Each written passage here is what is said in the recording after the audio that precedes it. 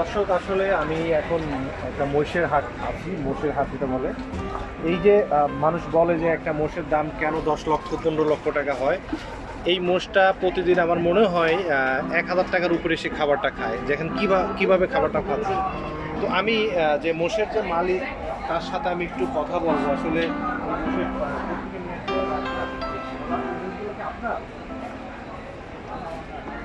আপনার না, আপনি কি দেখাশোনা করেন? এগুলোকে আপনি দেখাশোনা করেন? এই মোষের দাম কেমন? দাম কেমন এগুলো? দাম কম না। হ্যাঁ,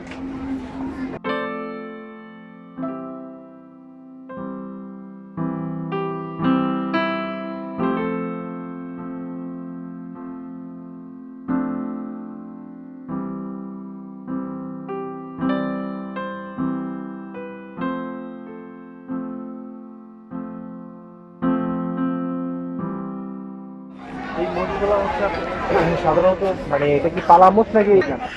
তো সাধারণত এই মোষগুলো হচ্ছে আপনার দাম কেমন একটু যদি বলতেন, একদম নিম্নে যে কত টাকা হতে পারে আর সবচেয়ে হাইস্ট কত আছে? আমাদের দুইটা আচ্ছা, দুইটা বল, আপনি দুইটার দাম কত? দুইটার দাম চাচ্ছি আপনার 6 লাখ। 6 লাখ, মানে 3 লক্ষ করে 6 লক্ষ টাকা পেয়েছে। এর ভিতরে কম বেশি করে সেল দিতে। হ্যাঁ, এই দুইটা আনছে আপনার না? এই দুটো ভাইয়ের হচ্ছে মোষ।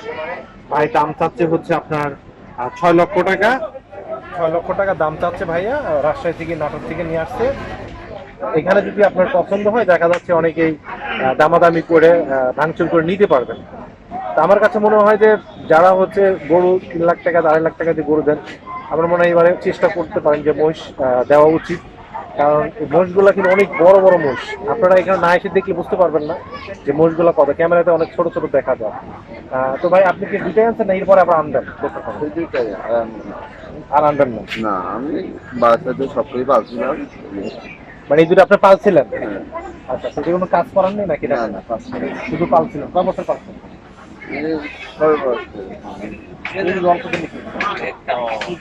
আচ্ছা আচ্ছা, ভাই শখ করে পালছে, ভাই এখন বেচি ফেলবে হচ্ছে মেন কথা।